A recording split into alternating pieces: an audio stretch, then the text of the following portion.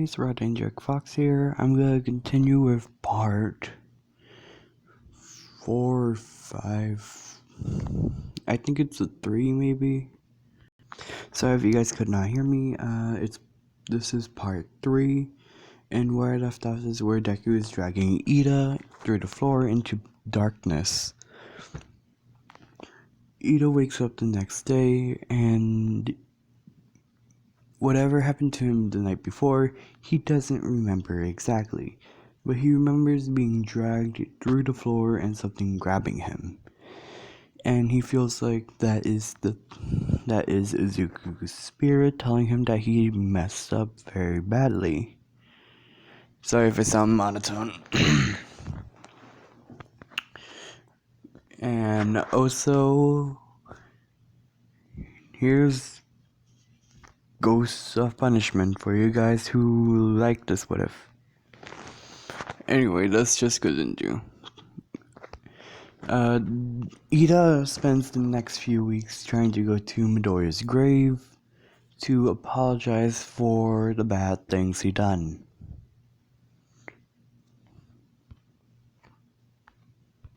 Guys, I'm back, and the reason why Ida is trying to get to Deku's grave is to apologize, like I said, but he's always stopped by Inko and Hasashi because they visit his grave and apologize that they are not strong enough to be there for him or did not notice that he was in pain. And Deku is always like watching over them no matter what cost. If something's happening to one of his parents, he would immediately go to them and help them. If the same goes with the other one. I'm gonna skip back into UA. Principal Nezu continues getting reports of a person giggling, the rooms locking by themselves. 4 people came with this report that they said we were trapped in a room. Momo was trapped in the supply closet when she wanted to get something, and the door shut, and she heard giggling, and every single one said that they heard giggling and something bad happened to them as well. They're being tortured by being drowned-ish by a purple smoke. Principal Nezu thinks it probably is a villain trying to make us repent our sins against Midoriya. Actually, no, that sounds way worse than I originally thought. Probably it's Midoriya trying to make us feel the pain that he felt while we were doing this to him. Or probably it's a villain torturing us because of what they saw on the news about Izuku Midoriya. And so. But the thing is, when Hasashi and Inko were not there one day at the graveyard because they had to do work, even though they were grieving over the loss of their child, they have to get over it, but they always have the fun memories that they had. Hasashi when Izuku was a baby, and Inko when Izuku was growing up and got into UA. And Inko always sends like a picture to Hasashi, and Hasashi always cracks a smile whenever he sees his little boy. So that's what happened. Deku is still at the graveyard, he just sat down on his grave, and he saw Ida walked up and apologized for whatever he did, or whatever he done. Well, actually, everything that he done, he said he did not expect this to go. He did not want this to happen to Midoriya at all. It was something stupid. I wish I did not believe what Bakugo said. Now that I'm thinking about what he said to us, I should not have believed in Midoriya. I am so sorry. I did not mean to. This should not have happened. You should be alive right now, happy and cheery, while everyone else is all happy. You should not be in the graveyard.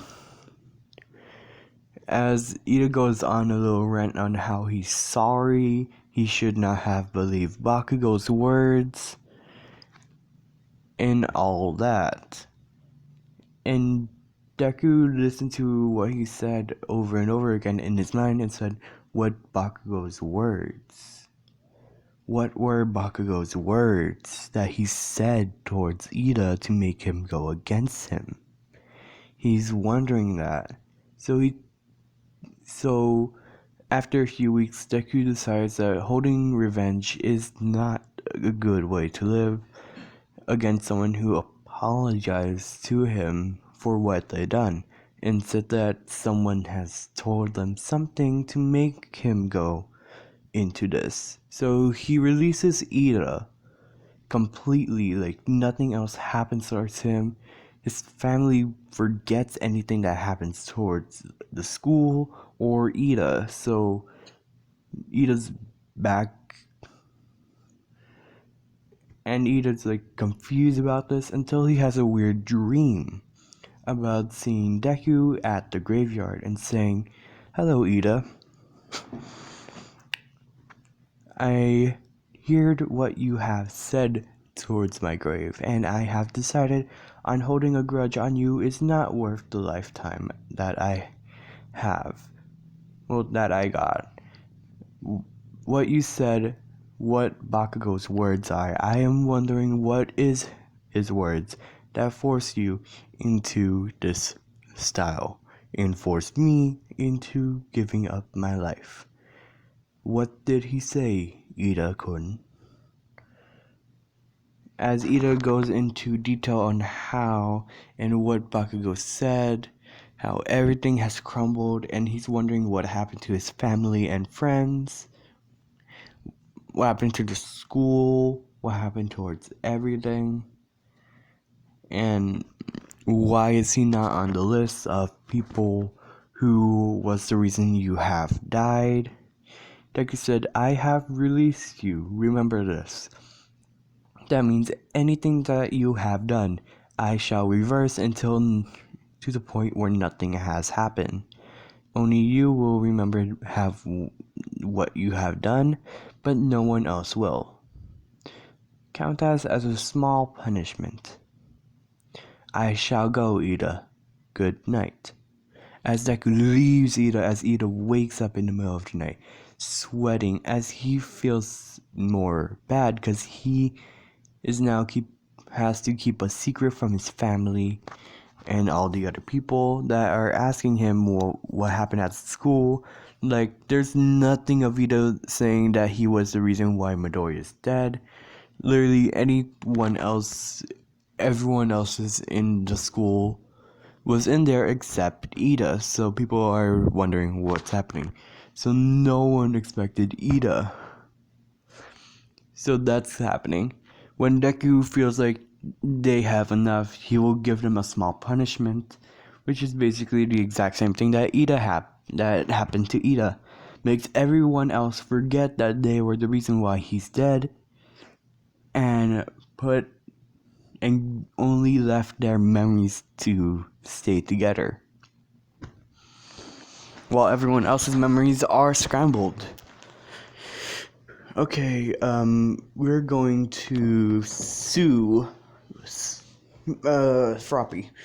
Froppy is literally at school as well, walking towards the hall, remembering all the good times when she, Uraka, Ida, Todoroki, and Deku were walking around, talking, having fun, as she feels something cold in the air.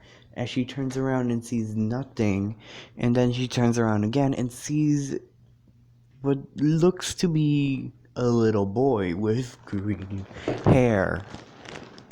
As she mistakes this as her brother for some reason, And then she looks closer and sees that and thinks to herself, my brother does not have curly hair. Because Midoriya has curly hair in the anime. As she looks a bit closer and sees Izuku's remarkable 3 freckles and iconic red shoes. As she says, oh no. As she hears giggling from a little boy and looks around and sees the little boy has gone missing. And she just hears giggling as she smells something that is on fire. As she turns around and sees a big fire. And this thing is not real, the fire, but it looks so real that Sue starts running. Like, she doesn't see anyone else running from the flames, just her. So when she got into a narrow hallway, she decides to face this fear, and goes into the flame and realizes that she is not burned. The flame goes away. She's questioning everything, so that's a problem. And I'm gonna go back to Katsuki's point of view. Katsuki has a dream about Deku. Deku says, hello Katsuki. I had a little talk with Ida. He told me everything. I wanted to know, why did you do this? Why did you ruin my life? And as punishment, I will ruin yours. As Deku did not let Bakugo speak at all. Bakugo tried to explain everything, but Deku said, this is your punishment. As Deku makes Katsuki wake up by, in this case in the dream world, Katsuki was stabbed through the chest with a knife from Deku.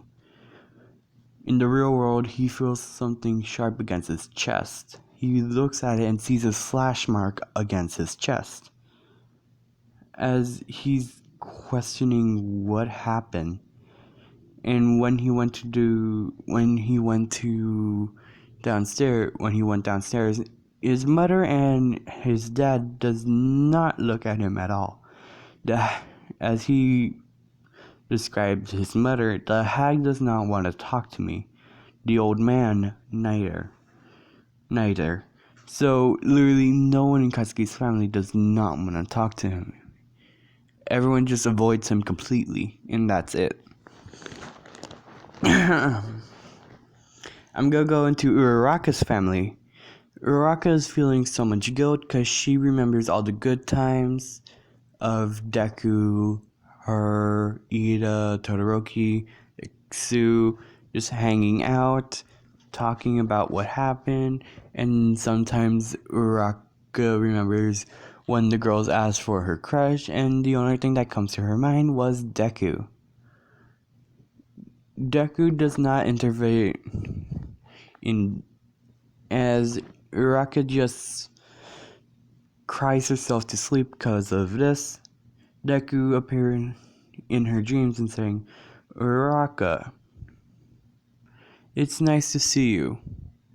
I'm glad that you are doing okay, but this is a bigger problem. You are another reason of my death and my heart breaking. As a punishment, you shall get a heartbreak every few months. And I think that's enough.